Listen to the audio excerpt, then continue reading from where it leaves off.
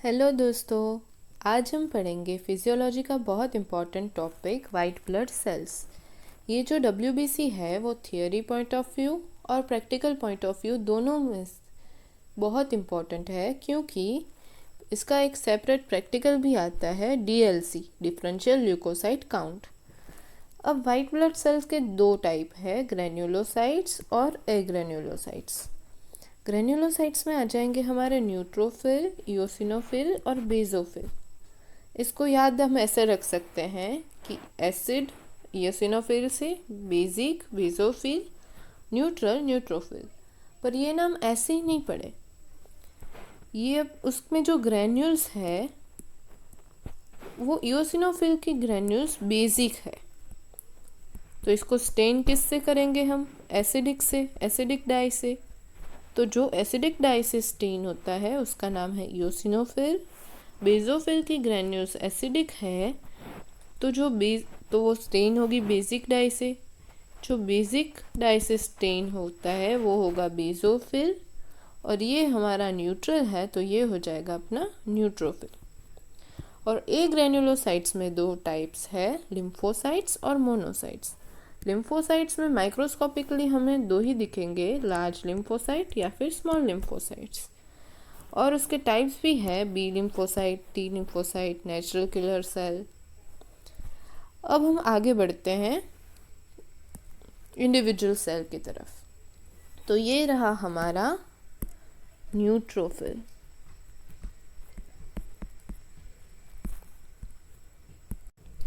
ये उसका schematic diagram है, रियल इमेज हम बाद में देखेंगे। ये जो न्यूट्रोफिल्स होते हैं वो अपने ब्लड में डब्ल्यूबीसी काउंट के 50 to 70% होते हैं, मतलब सबसे ज़्यादा यही होते हैं। इसकी जो साइज़ है वो अपने आरबीसी साइज से 1.5 to 2 टाइम्स ज़्यादा होती है। अब इसका हम स्ट्रक्चर देखें तो मल्टी लोब्ड न्यूक्लियस मिलेगा हमें। इसमें पिंकिश कलर होगा, इओसिनोफिलिक कलर। और इसके जो ग्रेन्यूल्स है वो हमें सैंड लाइक स्मॉल ग्रेन्यूल्स दिखेगी, वेरी फाइन ग्रेन्यूल्स। तो ये हो जाएगा अपना न्यूट्रोफिल। न्यूट्रोफिल का फंक्शन क्या है? तो फर्स्ट फंक्शन है फेगोसाइटोसिस, और सेकंड फंक्शन है एंडोजिनस पायरोजेंस है उसको डिस्ट्रक्ट करना। अब ये कब बढ़ेगा? जब बैक्टीरियल इन्फेक्शन हो जाएगा तब न्यूट्रोफिल बढ़ेगा। फिजियोलॉजिक कंडीशन में भी न्यूट्रोफिल बढ़ सकता है, जैसे कि प्रेगनेंसी, एक्सरसाइज ज़्यादा कर ली तो भी न्यूट्रोफिल बढ़ सकता है। फिर एपिनेफ्रिन इंजेक्शन के बाद न्यूट्रोफिल बढ़ जाएगा। बैक्टीरियल इन्फेक्शन तो है ही।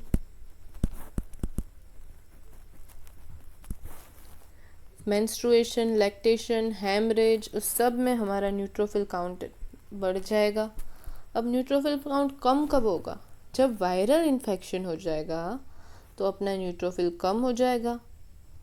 बोन मेरो का डिप्रेशन हो जाएगा, तो बोन मेरो से ही तो बनता ही है, तो बोन मेरो ख़राब हो जाएगा तो भी ये कम हो जाएगा। और चिल्ड्रंस में नॉर्मल ही न्यूट्रोफिल काउंट एडल्ट्स के कंपैरिजन में कम होता है, लो इन चिल्ड्रन। अब नेक्स्ट सेल हमारा आएगा इओसिनोफिल। इओसिनोफिल इसको हम कैसे आइडेंटिफाई करेंगे? एक तो हेडफोन जैसा इसका न्यूक्लियस होगा, हेडफोन शेप्ड, और इसकी जो ग्रेन्यूल्स होंगे वो ब्रिक रेड कलर्ड होगी, ब्रिक रेड कलर।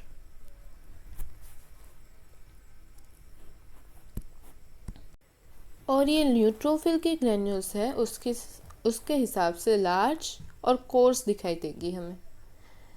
इओसिनोफिलिक ये दिखेगा, मतलब पिंकिश स्टेन लेगा जिसमें ब्रिक रेड कलर की ग्रेन्यूल्स दिखेगी। ये जो है वो अपने ब्लड के डब्ल्यूबीसी काउंट के 1 to 4% है। और ये कब बढ़ता है? इओसिनोफिल काउंट तब बढ़ता है जब पैरासाइटिक इन्फेक्शन हो, वर्म्स का इन्फेक्शन हो, या फिर एलर्जिक रिएक्शन हो गया। तो एलर्जी और पैरासाइट इन्फेक्शन में योसिनोफिल बढ़ जाएगा। और इम्यूनोसप्रेशन अगर हो गया, इम्यूनोसप्रेशन हो जाएगा। इम्यूनोसप्रेशन कब होगा? जब हम स्टीरॉयड का इंजेक्शन दे देंगे। तो स्टीरॉयड देने पे योसिनोफिल काउंट कम हो जाता है। इसका जो है large course brick red in colour granules, ये करता है माइल्ड फेगोसाइटोसिस, एलर्जिक रिएक्शन और लोकल म्यूकोजल इम्यूनिटी प्रोवाइड करता है। म्यूकोजल इम्यूनिटी के कारण ही हमें वर्म्स के केस में ये इंक्रीज देखने को मिलता है। ये आ गया अपना बेसोफिल। ये जो है वो बहुत कम कंडीशन में ही हमें देखने को मिलता है, क्योंकि ये टोटल WBC काउंट के 1% से भी कम पाया जाता है। इसमें बाइलोब्ड न्यूक्लियस होता है और वेरी कोर्स बेसोफिलिक ग्रैन्यूल्स होती है। ये ग्रैन्यूल्स इतनी ज़्यादा होती है कि इसमें हमें न्यूक्लियस देखने को भी नहीं मिलता। ये अपना स्कीमेटिक डायग्राम है, आगे हम उसका माइक्रोस्कोपिक व्यू भी देखेंगे। ये कब बढ़ेगा? तो बेसोफिल बढ़ेगा एनाफाइलैक्सिस में। एनाफाइलैक्सिस में ये जो है वो हिस्टामिन और हिपेरिन रिलीज करता है। हिस्टामिन प्लस हिपेरिन, जो अपना एलर्जिक रिस्पॉन्स, रेडनेस, वाजोडाइलेशन, उस सब को मीडिएट करते हैं। तो ये हो गया अपना बेसोफिल। अब हम देखते हैं मोनोसाइट। अपने सारे ग्रैन्युलर ख़त्म हो गए, अब हम आ गए मोनोसाइट पे, एग्रेन्युलर पे। ये हमारे टोटल WBC से 2 to 8% जितना होता है। अपने RBC जो है उससे ये होता है 2 to 2.5 टाइम्स बड़ा। इसमें अगर हम फीचर्स देखें तो ये किडनी शेप्ड न्यूक्लियस होगा, ग्रैन्यूल्स नहीं होंगे। ये ग्रैन्यूल्स नहीं है, ये लाइसोसोम है। हम आगे उसकी माइक्रोस्कोपिक इमेज देखेंगे। ये जो मोनोसाइट है वो अपनी वेसल्स में होता है, और वेसल्स में से जब वो टिश्यू में चला जाता है तो ये बन जाता है मैक्रोफेज, जो फेगोसाइटोसिस करता है। तो ये आ गया अपना मोनोसाइट। ये मोनोसाइट बढ़ेगा TB और सिफिलिस में।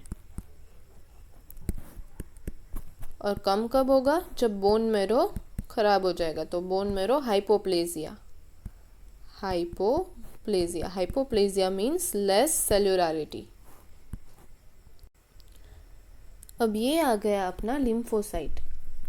लिम्फोसाइट्स के 2 टाइप होते हैं, लार्ज लिम्फोसाइट और स्मॉल लिम्फोसाइट। ये जो स्मॉल लिम्फोसाइट है वो अपने RBC जितना ही होता है, जबकि लार्ज लिम्फोसाइट है वो थोड़ा सा RBC से बड़ा होता है। इसको हम कैसे करेंगे डिफ्रेंशिएट? तो जो लार्ज लिम्फोसाइट होता है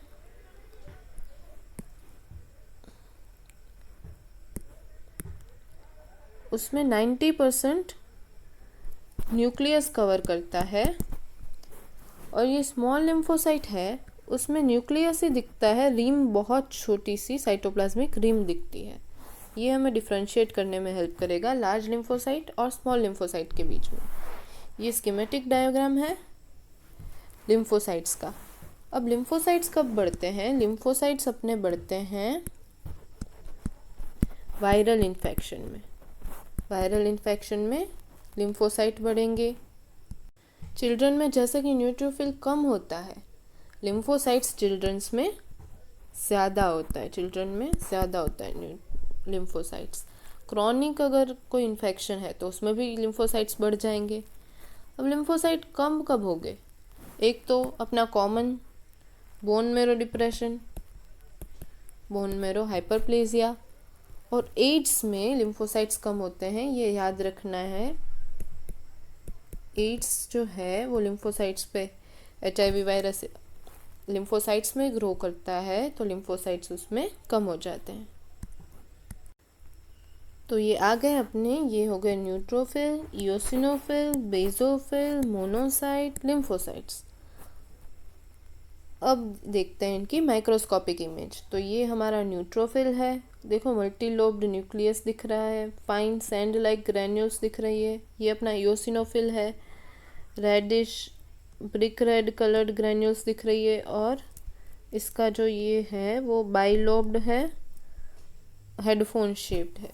ये अपना बेसोफिल है, इसमें हमें न्यूक्लियस तो दिखाई नहीं दे रहा, फिर भी अगर हम गौर से देखें तो ये बाइलोब्ड है और इसमें बेसोफिलिक ग्रैन्यूल्स है बहुत ज़्यादा। ये अपना लिम्फोसाइट्स है, लिम्फोसाइट में हमें 90% से ज़्यादा ये न्यूक्लियस दिखाई दे रहा है। ये अपना मोनोसाइट है, इसमें किडनी शेप्ड न्यूक्लियस देखने को मिल रहा है और ये आरबीसी के कंपैरिजन में बहुत ज़्यादा बड़ा है। ये अपना लार्ज लिम्फोसाइट है क्योंकि वो आरबीसी के साइज से बड़ा है। ये हम डिफ्रेंशिएट ऐसे ही कर सकते हैं कि अगर आरबीसी से बड़ा है तो वो लार्ज लिम्फोसाइट है और आरबीसी जितने ही साइज का है तो वो स्मॉल लिम्फोसाइट है। अब देखते हैं कि हमें पता कैसे चलेगा कि ल्यूकोसाइट आइडेंटिफाई कैसे करने हैं। ये फ्लो चार्ट हमने एके जैन की प्रैक्टिकल मैन्यूल में से लिया है। इसमें क्या करना है, पहले देखना है ग्रैन्यूल्स है क्या नहीं। अगर हमें कोई डब्ल्यूबीसी दिखे तो हमें देखना है सबसे पहले कि उसमें ग्रैन्यूल्स है या नहीं। अगर ग्रैन्यूल है तो वो ग्रैन्यूलोसाइट्स होगा और ग्रैन्यूल्स एब्सेंट है तो वो एग्रैन्यूलोसाइट होगा। अब पता चल गया कि वो ग्रैन्यूलोसाइट है, तो हमें देखना है कि इसकी जो ग्रैन्यूल्स है वो फाइन है, रेडिश ब्राउन है। फाइन किस में होगी, सैंड लाइक न्यूट्रोफिल में, तो वो न्यूट्रोफिल होगा। लार्ज होगी, कोर्स होगी, ब्रिक रेड कलर होगी तो वो इओसिनोफिल होगा। और पर्पल ब्लू होगी और न्यूक्लियस ही नहीं दिख रहा हमें, इतनी ज़्यादा होगी तो वो होगा अपना बेसोफिल्स। अब ग्रैन्यूल्स एब्सेंट है, एग्रैन्युलोसाइट है, तो हमें 3 चीज़ें देखनी है, न्यूक्लियस, न्यूक्लियर क्रोमैटिन, साइटोप्लाज्म। अगर न्यूक्लियस वेरी बिग है, सेंट्रली प्लेस्ड है और न्यूक्लियर क्रोमैटिन कंडेंस्ड, स्लम्पी, ये हमें इतना दिखेगा नहीं, पर साइटोप्लाज्म एकदम स्कैंटी है और न्यूक्लियस बहुत बड़ा है तो हम उसे मानेंगे लिम्फोसाइट। और अगर single indented peripheral in position, monocyte में कैसे होगा, peripheral in position, kidney shaped और साइटोप्लाज्म भी बहुत ज़्यादा दिख रहा है तो वो होगा अपना मोनोसाइट। तो ये हो गया ल्यूकोसाइट आइडेंटिफिकेशन का फ्लो चार्ट कि इसमें ग्रैन्यूल्स है या नहीं वो देखना है। ग्रैन्यूल्स है तो फाइन सैंड लाइक है तो न्यूट्रोफिल, ब्रिक रेड है, लार्ज है तो इओसिनोफिल, और बेसोफिलिक है और न्यूक्लियस नहीं दिख रहा तो बेसोफिल। अब न्यूक्लियस इसमें एग्रैन्युलोसाइट है अगर, तो सेंट्रली प्लेस्ड न्यूक्लियस है और साइटोप्लाज्म बहुत कम है तो लिम्फोसाइट होगा। और पेरिफेरली प्लेस्ड न्यूक्लियस है और एबेंडेंट साइटोप्लाज्म है तो अपना मोनोसाइट होगा। अब आपको पहचानना है इस फिगर में कि कौन से सेल क्या है। तो ये सेल सबसे पहले क्या होगा, ये सेल सोचिए सोचिए, इसमें दिख रहा है हमें ग्रैन्यूल्स नहीं दिख रही है, सेंट्रली प्लेस्ड न्यूक्लियस है, लार्ज न्यूक्लियस है तो ये हो जाएगा हमारा लिम्फोसाइट। और ये अपना आरबीसी है, उसके साइज से तो ये बड़ा ही है तो ये अपना हो गया लार्ज लिम्फोसाइट। अब ये देखें तो मल्टी लोब्ड न्यूक्लियस है, ग्रैन्यूल्स भी दिख रही है लेकिन सैंड लाइक छोटी छोटी ग्रैन्यूल्स है तो ये अपना होगा न्यूट्रोफिल। अब देखते हैं ये जो है इसमें हमें ग्रैन्यूल्स तो कम ही दिख रही है, नहीं दिख रही। किडनी शेप्ड इसका न्यूक्लियस है, पेरिफेरली प्लेस्ड है और ये आरबीसी के साइज से कितना बड़ा है, 2.5 to 3 टाइम्स जितना बड़ा तो है ही, तो ये हो जाएगा अपना मोनोसाइट। और ये भी अपने मोनोसाइट ही है। कितने होते हैं, 2 to 8%, पर इसको कुछ पैथोलॉजी होगी तो इसमें मोनोसाइट इंक्रीज दिख रहे हैं। अब सब कुछ हर सेल देखते हैं। ये अपना हो गया, पहले तो इसमें ग्रैन्यूल्स दिख रही है, हेडफोन शेप्ड न्यूक्लियस दिख रहा है, ब्रिक रेड कलर्ड ग्रैन्यूल्स है, तो ये अपना हो गया इओसिनोफिल। फिर आगे हम इधर मल्टीलोब्ड न्यूक्लियस, ग्रैन्यूल्स है पर फाइन है, ये हो गया अपने न्यूट्रोफिल्स। ये इसमें देखें तो हमें न्यूक्लियस सही से दिख ही नहीं रहा, आसपास बेजोफिलिक ग्रैन्यूल्स दिख रही है, तो ये अपना हो गया बेजोफिल। इसमें देखें फिर तो लार्ज है, पहले तो सब आरबीसी के साइज को देखो तुम, 2.5 to 3 टाइम लार्ज है, किडनी शेप्ड न्यूक्लियस है, ग्रैन्यूल्स है नहीं, तो ये हो गया अपना मोनोसाइट। और ये जो है आरबीसी के साइज से थोड़ा सा बड़ा है, सेंट्रली प्लेस्ड न्यूक्लियस है, ग्रैन्यूल्स है नहीं, स्कैंटी साइटोप्लाज्म है, ये अपना हो जाएगा लार्ज लिम्फोसाइट। तो ये था हमारा identification of leucocyte in microscopy, जो कि प्रैक्टिकल में भी आता है डीएलसी डिफरेंशियल ल्यूकोसाइट काउंट के तौर पे। आई एक्सपेक्ट आपको लोगों को समझ आ गया होगा। Thank you so much.